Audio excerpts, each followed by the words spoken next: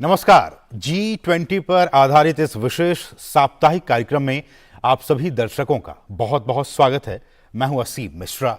बीते हफ्ते की तरह इस हफ्ते भी देश के अलग अलग हिस्सों में G20 से संबंधित अलग अलग कार्य समूहों की बैठकें हुई, जहां एक तरफ राजस्थान के उदयपुर में सतत विकास के लिए G20 स्थायी वित्त कार्य समूह की बैठक का आयोजन किया गया, तो वहीं तमिलनाडु के कोयंबटूर स्थित Shri Krishna college of engineering and technology में G20 यंग एम्बेसडर समिट का भी आयोजन किया गया। वहीं नागपुर में सिविल 20 बैठक का आयोजन किया गया, तो वहीं असम के डिब्रूगढ़ में G20 अनुसंधान और नवाचार पहल सम्मेलन का आयोजन किया गया। इस सम्मेलन में संसाधन दक्षता, स्थिरता और कार्बन उत्सर्जन में कमी सुनिश्चित करने के लिए एक चक्रीय जैव अर्थव्यवस्था बनाने के तरीकों पर विचार विमर्श किया गया। लेकिन आज के अंक में हम खास तौर पर बात करेंगे उदयपुर में सतत विकास के लिए G20 स्थायी वित्त कार्य समूह की बैठक पर। हम आपको बता दें कि राजस्थान के उदयपुर में सतत विकास के लिए G20 स्थायी वित्त कार्य समूह की दूसरी बैठक में सतत विकास लक्ष्यों के लिए वित्त विषय पर कार्यशाला का आयोजन किया गया। कार्यशाला में सार्वजनिक और निजी क्षेत्र और शिक्षा जगत सहित विभिन्न क्षेत्रों से जुड़े प्रतिनिधियों ने विचार और अनुभव प्रस्तुत किए। कार्यशाला में सामाजिक सतत विकास लक्ष्यों की पूर्ति के लिए वित्तीय प्रबंधन और भविष्य में वित्तीय जानकारी में सुधार के उपायों पर विचार विमर्श हुआ। इससे G20 सदस्य देशों के बीच आपसी समझबूझ बनाने और सतत विकास लक्ष्य हासिल करने की दिशा में नीतियां बनाने में मदद मिलेगी। कार्यशाला में G20 सदस्य देशों, 10 आमंत्रित देशों और 14 अंतर्राष्ट्रीय संगठनों के प्रतिनिधियों ने हिस्सा लिया। तो इस बहुत ही महत्वपूर्ण विषय पर बातचीत करने के लिए हमारे साथ एक बहुत ही खास मेहमान जुड़े हुए हैं। हमारे साथ हैं प्रोफेसर M.K. अग्रवाल जी, जो कि अर्थशास्त्री हैं। अग्रवाल सर, आपका बहुत बहुत स्वागत है हमारे इस खास कार्यक्रम में।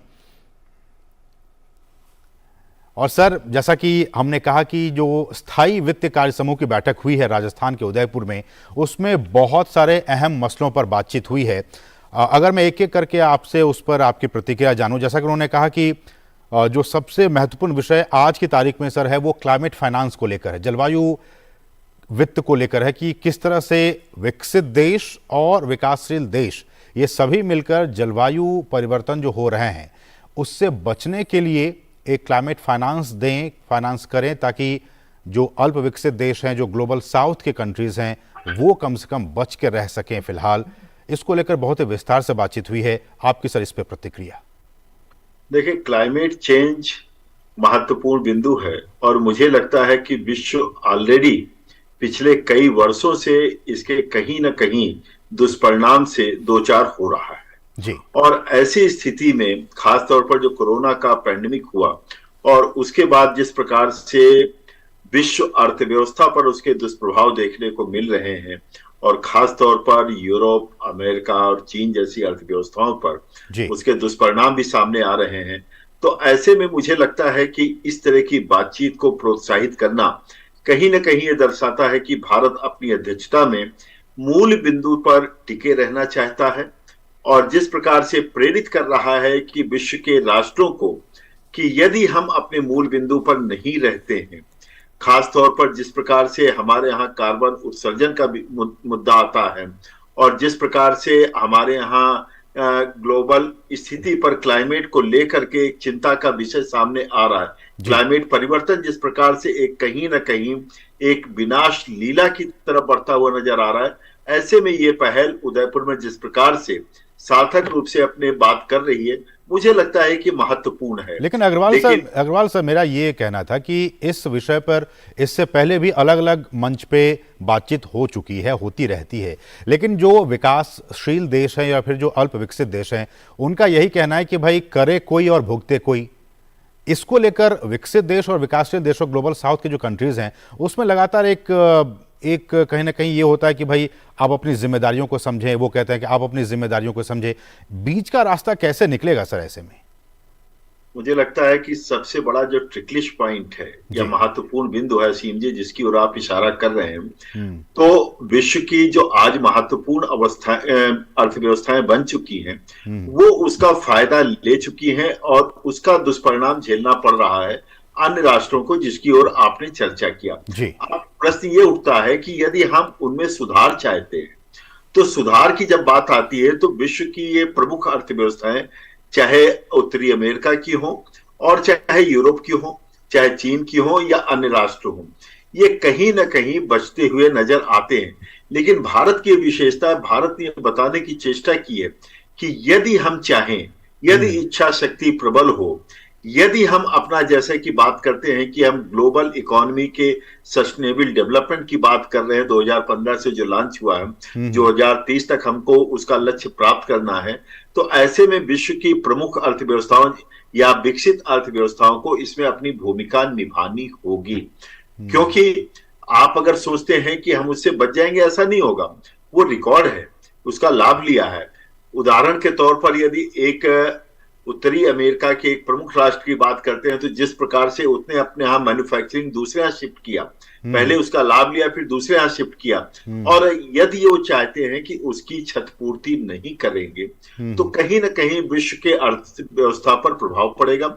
और ये कहीं ना कहीं प्रभाव आता हुआ नजर आ रहा है कि जो हमारा सस्टेनेबल डेवलपमेंट, पोषणीय विकास की बात आती है, वो एक लिप सर्विस रह जाएगा और उसकी वास्तविक पूर्ति नहीं हो पाएगी।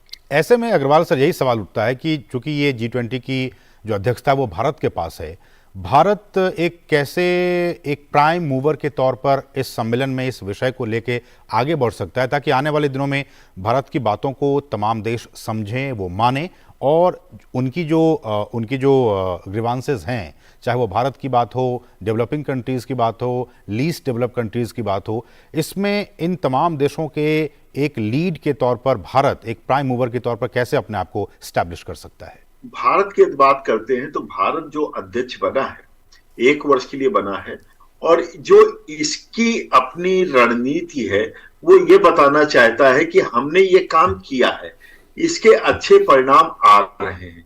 अन्य जो विकासशील देश हैं या जिनको लीस्ट डेवलप्ड कंट्रीज कह रहे हैं, अल्प विकसित देश हैं, वो फॉलो कर सकते हैं। लेकिन फिर भी जैसे ग्लोबल वार्मिंग की बात आती है, ग्लेशियर मेल्ट कर रहे हैं, ये सारी जो चिंताएं आ रही हैं, इंडिविजुअल लेवल पर कंट्रीज कहीं ना कहीं भारत को एक मॉडल के रूप में अब एक्सेप्ट करते हुए नजर आ रहे हैं। आर्थिक रूप से भी, सस्टेनेबल डेवलपमेंट में क्लाइमेट को लेकर के या अन्य जो भी पर्यावरणीय मुद्दे हैं उनको लेकर के भारत एक मॉडल के रूप में उभर करके सामने आया है। लेकिन जो अब तक की चुनौतियां रही हैं, उसको लेकर के विकसित राष्ट्रों को अपनी जिम्मेदारी की तरफ लाना, मुझे लगता है भारत अपने इस रणनीति में सफल रहा है और उनको याद दिलाने में सार्थक भूमिका निभा रहा है कि आपने इसका लाभ लिया है। तो यदि अब आवश्यकता आ रही है तो उसके कहीं ना कहीं यदि भरपाई की आवश्यकता पड़ती है तो आपको आगे आना चाहिए, खासतौर पर उस परिप्रेक्ष्य में जबकि अल्प विकसित और विकासशील राष्ट्र इसमें अपने स्तर पर जितनी वांछित आवश्यकता है उससे ज्यादा अपनी भूमिका को निभाते हुए नजर आ रहे हैं। इसमें सर चाहे जल के रूप में हो, जलवायु के रूप में हो, भूजल के रूप में हो, या जैसे भारत में आप देखते हैं एलईडी लाइट क्या है, बिल्कुल भारत को आप देखते हैं कि जिस प्रकार से इन हाउस टॉयलेट क्या है, इसी प्रकार से भारत को देखते हैं ऊर्जा के क्षेत्र में, तो जिसको कहते हैं गैर परंपरागत ऊर्जा की तरफ बढ़ रहे हैं, सोलर लाइट की तरफ बढ़ रहे हैं, विंड एनर्जी की तरफ बढ़ रहे हैं, ये भारत ने विश्व को करके दिखाया है। इसलिए भारत आज प्रामाणिकता से और लोगों को अपने साथ जोड़ने में समर्थ होता हुआ नजर आता है। और ये कमिटमेंट भी है भारत का कि जो 2030 का जो एसडीजी गोल्स है उसको वो पाए। भारत इस दिशा में लगातार आगे बढ़ता भी जा रहा है पीएम मोदी के नेतृत्व में। बिल्कुल सही कर रहे हैं, मैं भी मैं कहीं ना कहीं जुड़ा हुआ हूं, और उत्तर प्रदेश में खास तौर पर जिस प्रकार से हम लोगों ने इसका अध्ययन किया है, तो उत्तर प्रदेश जैसा सरीखा राज्य इसमें तेजी से बढ़ता हुआ नजर आ रहा है। आप यदि नीति आयोग का आप देखते हैं, पोर्टल देखते हैं, तो वहां पर लगातार जो भी विकास हो रहे हैं एसडीजी के, बहुत तेजी से उसको जो है रेखांकित किया जा रहा है और बताया जा रहा है कहाँ क्या कमियां है, कैसे पूरा किया जाना। कई क्षेत्रों में हम आगे बढ़ते हुए नजर आ रहे हैं। मैंने कहा ना, जिस प्रकार से हम लोग केमिकल फर्टिलाइजर की जगह नेचुरल फार्मिंग की ओर आगे बढ़ रहे हैं, ये पोषणीय विकास की बात है। भारतीय किसानों को लाभ दे रहा है और साथ ही साथ उत्पादन लागत कम कर रहा है तथा मृदा शक्ति को पोषणीय बनाने में समर्थ हो रहा है। इसी प्रकार से ग्राउंड वाटर के रूप में यदि हम देखते हैं तो उधर हम हो रहे हैं, फॉरेस्टेशन के रूप में देखते हैं तो हम हो रहे हैं, इलेक्ट्रिसिटी का जो हमारा स्ट्रक्चरल रिफॉर्म है उधर होते हुए नजर आ रहे हैं। तो ये सब तरफ हम लोग करते हुए नजर आ रहे हैं। और भारत ने जिस प्रकार से अपना सस्टेनेबल डेवलपमेंट के गोल्स में अपनी महत्वपूर्ण उसको सेट करने में निभाई है, उसी प्रकार से उसके लक्ष्यों की प्राप्ति में भी मुझे लगता है एक प्रामाणिकता के साथ अपनी उपलब्धियों को भी सामने लाने में समर्थ हो पा रहा है। एक बात और सर, जब इस तरह की क्लाइमेट फाइनेंस की बात आती है, सरकारों के पास और भी खर्चे हैं और भी बहुत सारे काम हैं। हालांकि इनको लोग, बहुत सारी सरकारें सेकेंडरी मानती हैं कि चलिए ठीक है, जब होगा देखा जाएगा। मेरा सवाल ये अग्रवाल सर कि इसमें, इस दिशा में जो प्राइवेट संस्थानें हैं, वो अगर हाथ बढ़ाएं, वो अगर आगे आना चाहें, उनका अगर मन हो इस दिशा में आगे बढ़ने का, उनका क्या कुछ रोल आप देख सकते हैं आगे आने वाले दिनों? बिल्कुल देख सकता हूं। मैं भारत के उदाहरण से आपको देता हूं। एलईडी लाइट की बात आती है, सोलर इलेक्ट्रिसिटी जनरेशन की बात आती है, विंड एनर्जी की बात आती है। शुरुआत किसने करी? सरकार ने की, भारत ने, चाहे राज्य सरकार हो चाहे केंद्र सरकार। प्रमुख रूप से केंद्र सरकार, मोदी जी की सरकार ने काम किया। लेकिन प्रमुख निवेश कौन लगा रहा है?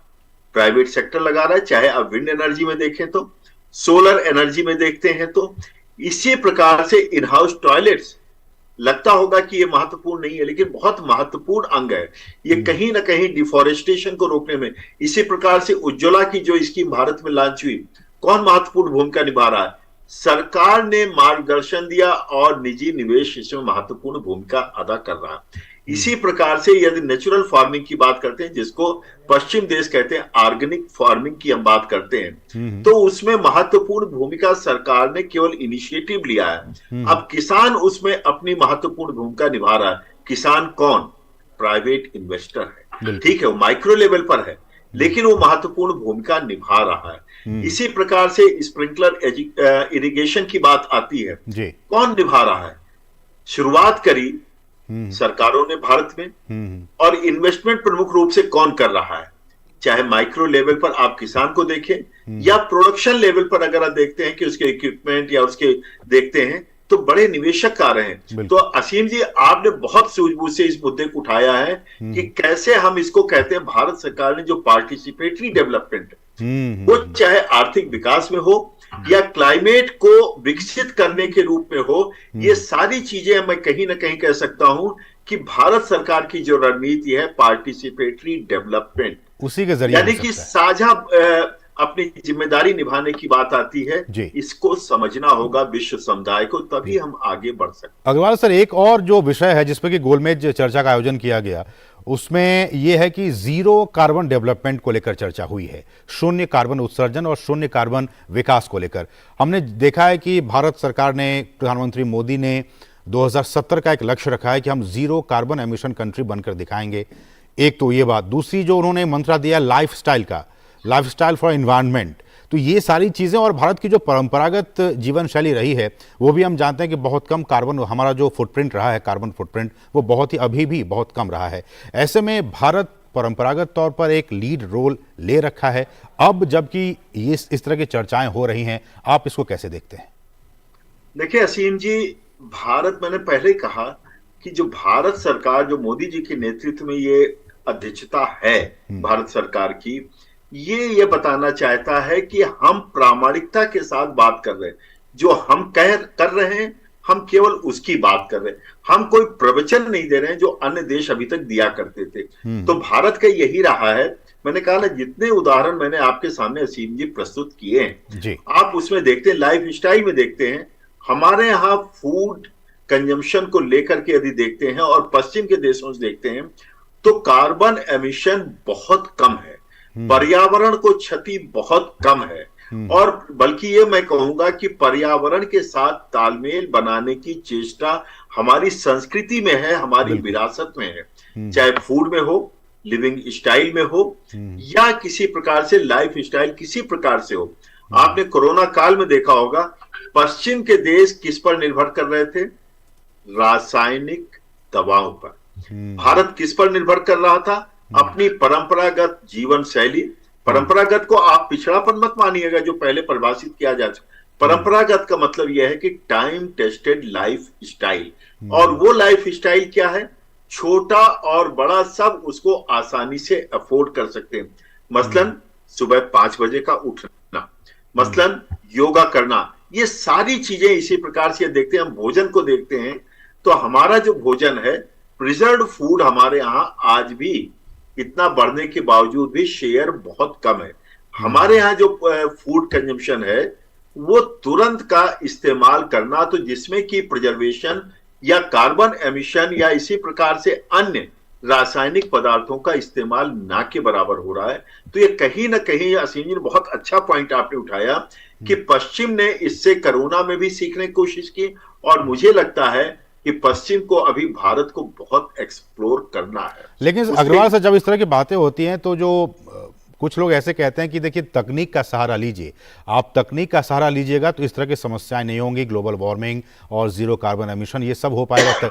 मेरा सवाल सर ये कि तकनीक के आश्रय ही हम आगे बढ़ सकते हैं क्या? यही हमारे पास एक लास्ट ऑप्शन है, या फिर भारत का जो आपने कहा कि एक परंपरागत तौर तरीका रहा है उसको पूरे विश्व को अपनाने की जरूरत है, या फिर तकनीक के रास्ते पर हमें आगे जाने की जरूरत है? असीम जी, तकनीक क्या है, मैं आज एक अर्थशास्त्र के विद्यार्थी के नाम से परिभाषित करना चाहता हूं। तकनीक वो है जो उत्पादन लागत को और कंज्यूमर के लागत को घटा दे, ना कि बढ़ाए। तो भारत की जो लाइफ स्टाइल है वो तकनीक पर ही आधारित है। क्या आप सोचते हैं ताजा भोजन, इससे बड़ा तकनीक और क्या हो सकता है कि आपको जो उनके भोजन चाहिए वो आपको ताजा मिलता है? इससे बड़ी तकनीकी और क्या होगी? ऐसी कौन सी तकनीकी होगी जो आपको मन से भी स्वस्थ रखे, तन से भी स्वस्थ रखे और समाज से भी स्वस्थ रखे? क्या यह तकनीक नहीं है? ठीक है, हम परंपरागत कहते हैं, परंपरागत इसलिए कहते हैं कि हमारा हजारों वर्षों का टेस्टेड है। लोग अभी लैब में टेस्ट कर रहे हैं, हमने उसको समाज में टेस्ट किया है। यही महत्वपूर्ण अंतर है जिसको भारत शोकेस करना चाहता है। आपने देखा होगा जिस प्रकार से उदयपुर में इसको लॉन्च करने की बात आई, क्या हमने झीलों को वहां के प्रिजर्व नहीं किया? क्या वह उसके अनुसार हमने लाइफ स्टाइल वहां की नहीं बनाई? क्या वहां पर आप उदयपुर जाकर के देखते हैं तो नीम का एक बहुत बड़ा आपको नजर आएगा कि नीम का प्रोडक्शन है, उसका असर क्या हो रहा है। इसी प्रकार से यदि हम देखते हैं कि गर्मी में हमारे यहाँ किस प्रकार का वेजिटेबल है और सर्दी में किस प्रकार का है, बरसात में क्या है, और जो हम फूड का कंजम्पशन करते हैं पश्चिम की तरह हम 12 महीना एक प्रकार का नहीं करते हैं। आप हर राज्य में जाएंगे, कश्मीर से कन्याकुमारी, सबका अपना एक फूड पैटर्न है। मुझे लगता है पश्चिम को अपनी टेक्नोलॉजी को रीडिफाइन करने की आवश्यकता है, और वो होता है जो उत्पादन लागत कम करे और लोगों की जीवन शैली में सुधार कर सके, वही अच्छी तकनीक होती है। लेकिन अग्रवाल साहब, तकनीक आप जैसे क्लाइमेट चेंज है, क्लाइमेट चेंज ना हो, जलवायु में किसी तरह का जो बैड इंपैक्ट है वो ना पड़े, इसके लिए तकनीक, या फिर जलवायु परिवर्तन हो गया है अब उससे हम कैसे बचें, उसके लिए तकनीक? किन दो तकनीकों के बीच हम बात कर रहे हैं? आप सही कह रहे हैं सिंह जी, वहीं पर मैं आ रहा था। मुद्दा यह है कि क्या हम पहले नष्ट करें फिर बचाएं, या लगातार हम उसको बचाते हुए विकास करें, वो अच्छी रणनीति है। पश्चिम ने डैमेज किया, आज उसकी परिपूर्ति कैसे होगी, प्रतिपूर्ति कैसे होगी? ठीक है, वित्त की आवश्यकता पड़ेगी, और वित्त की आवश्यकता क्यों पड़ रही है? बिल्कुल, कि हमें कहीं ना कहीं अपने लाइफ स्टाइल को परिवर्तित करने की आवश्यकता है, जिसमें मान लीजिए कि हमको फॉरेस्टेशन बढ़ाना है, फॉरेस्ट कवर बढ़ाना है। इसके पहले हमने डिफॉरेस्टेशन किया था। भारतीय संस्कृति में देखिए, हरे पेड़ को काटना कहीं पर भी अलाउड नहीं था, लेकिन पश्चिम ने उस मॉडल को लगाया। पश्चिम ने कहीं ना कहीं, आप देखिए जहां पर पश्चिम का मॉडल लगा वहां पर नदियां सूखी हैं, वहां पर आप देखिए पर्यावरण का बहुत तेजी से क्षरण हुआ। क्या वजह है कि पिछले 100 वर्ष में जब से पश्चिम का ये विकास का मॉडल लगा, तब से सबसे ज्यादा पर्यावरणीय क्षति हुई।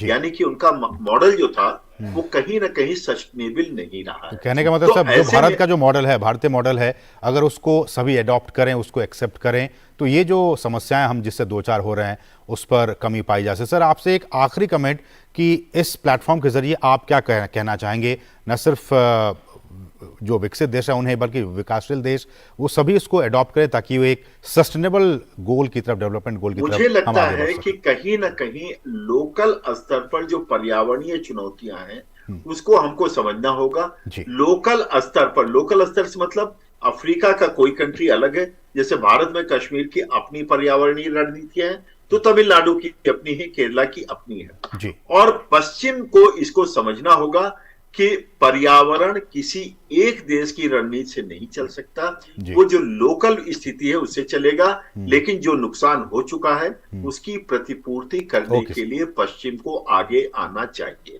चलिए, बहुत बहुत शुक्रिया सर, बहुत बहुत शुक्रिया, आपने बहुत अच्छे से हमारे दर्शकों को समझाया। प्रोफेसर एम के अग्रवाल सर, आपका बहुत बहुत शुक्रिया हमारे साथ जुड़ने के लिए और इस विषय पर अपनी बातचीत को हमारे साथ साझा करने के लिए बहुत बहुत शुक्रिया। और बढ़ेंगे आगे और यहाँ रुकेंगे छोटे से ब्रेक के लिए। आप देखते रहिए डीडी न्यूज।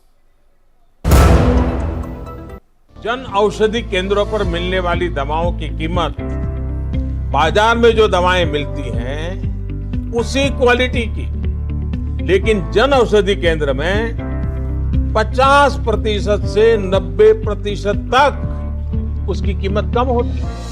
भारतीय जन औषधि परियोजना के अंतर्गत अब तक देश भर में हजारों जन औषधि केंद्र खोले जा चुके हैं, जहां पर 1759 से अधिक दवाइयां और 280 सर्जिकल उपकरण बहुत ही कम कीमतों पर उपलब्ध हैं। अधिक जानकारी के लिए जन औषधि सुगम मोबाइल ऐप को डाउनलोड करें या टोल फ्री नंबर पर कॉल करें। सस्ती एवं उत्तम दवाएं जन औषधि केंद्र से लाएं। शुरू करो, डालो बुनियाद, घर महल नजर आएगा। वंडर लाइए, वंडर अपनाइए, फर्क नजर आएगा। वंडर सीमेंट, फर्क नजर आएगा। माय डियर, पहले हाथ धो ले, फिर जी भर के खा ले छोले। Thank you. Hand wash reminder by hand ambassador Sachin Tendulkar का हाथ। सेवलॉन स्वस्थ India mission.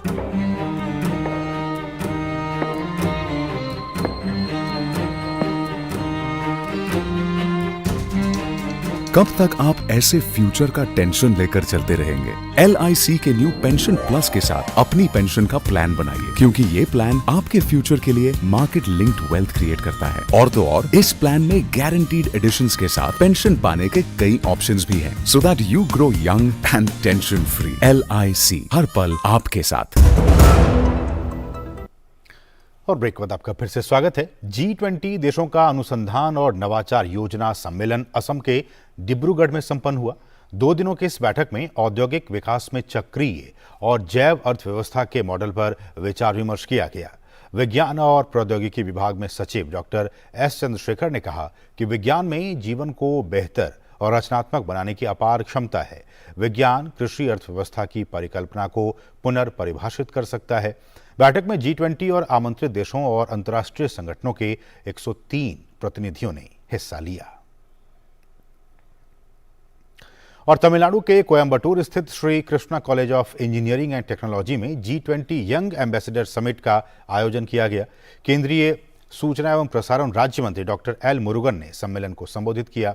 G20 young ambassador summit वैश्विक चुनौतियों पर चर्चा करने के लिए दुनिया भर के युवा नेताओं को एक मंच पर लाता है।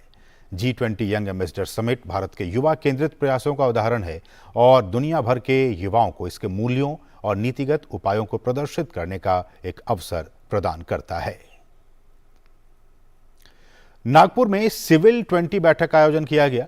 C20 की स्थापना बैठक में 26 देशों के प्रतिनिधि और 130 अंतर्राष्ट्रीय प्रतिनिधियों ने हिस्सा लिया। C20 को संबोधित करते हुए केंद्रीय सड़क परिवहन और राजमार्ग मंत्री नितिन गडकरी ने कहा कि सरकार ग्रीन फ्यूल को बढ़ावा दे रही है। किसानों को अन्नदाता से ऊर्जादाता बनाने के लिए भी प्रयास किए जा रहे हैं। We are encouraging green fuels and diversification of agriculture towards energy and power sector. Presently, we name it as Annadata. Now we want to make them Urjadata. And now we have formulated the policy by which the farmers can make bio-bitumen and from the rice straw, and by which 100% they will be bitumen data. So the way in which we are working on green economy, where we have a lot of commitment for ecology and environment. तो इसके साथ ही आज के इस कार्यक्रम में बस इतना है, लेकिन जाने से पहले आपको छोड़े चलते हैं राजस्थान की सांस्कृतिक झलकियों के साथ, क्योंकि बीते दिनों उदयपुर में सतत विकास के लिए G20 स्थायी वित्त कार्य समूह की बैठक में शामिल होने आए अतिथियों ने यहाँ की संस्कृति का लुत्फ उठाया। आप भी देखिए इन तस्वीरों को और हमें दीजिए अनुमति। नमस्कार।